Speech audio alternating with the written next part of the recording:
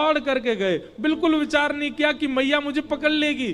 दौड़ करके गए और मैया के अंग से लग गए और जाके मैया के प्रश्वेत संभालने लगे। मैया तू तू तू ठीक है, जा, तू हारे मत। यशोदा मैया को पहले तो बहुत सुख मिला, ठाकुर जी अंक में आ गए, पर थोड़ी देर बाद यशोदा मैया ने चेहरे का रंग बदला, कहने का ढंग बदला, तुरंत लाला पकड़ लिए जोर से। अब आयो हाथ में, चल तो बताऊं मैं अभी। ठाकुर जी बोले मैया तू तो यूं कह रही कि मैं तो ना पकड़ूंगी। बोले मैं तो झूठ बोल रही तो थे।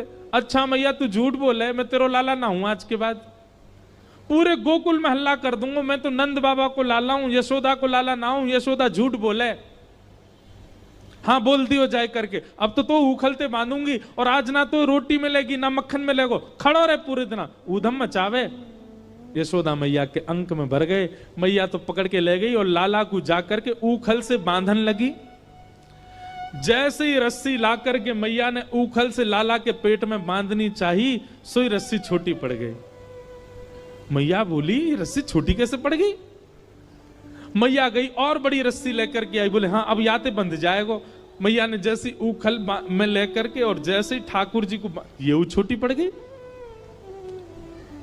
क्यों? तो कहते हैं दाम का मतलब होता है रस्सी और उदर का मतलब होता है पेट। ठाकुर जी सारी रस्सी को अपने पेट में भरते जा रहे हैं, इसीलिए उनका नाम पड़ गया दामोदर। यशोदा मैया ने सबरी गौशाला की रस्सी इकट्ठी करके एक ते एक बांध दी। अब तो बंधेगो, लेकिन अब के भी जब बांधा तो रस्सी फिर छोटी पड़ गई। यशोदा मैया एक क्षण आश्चर्यचकित होकर के ठाकुर जी की ओर देखने लगी। इतनी बड़ी रस्सी लेके आई, ये छोटी कैसे पड़ गई? और यशोदा मैया के चित्त में अचानक भाव उत्पन्न होने लगा। गर्गाचार्य जी कह के गए थे नारायण समो गुण, पर कहीं नारायण ही तो नहीं है, क्योंकि परमात्मा ही किसी बंधन में नहीं आ सकता।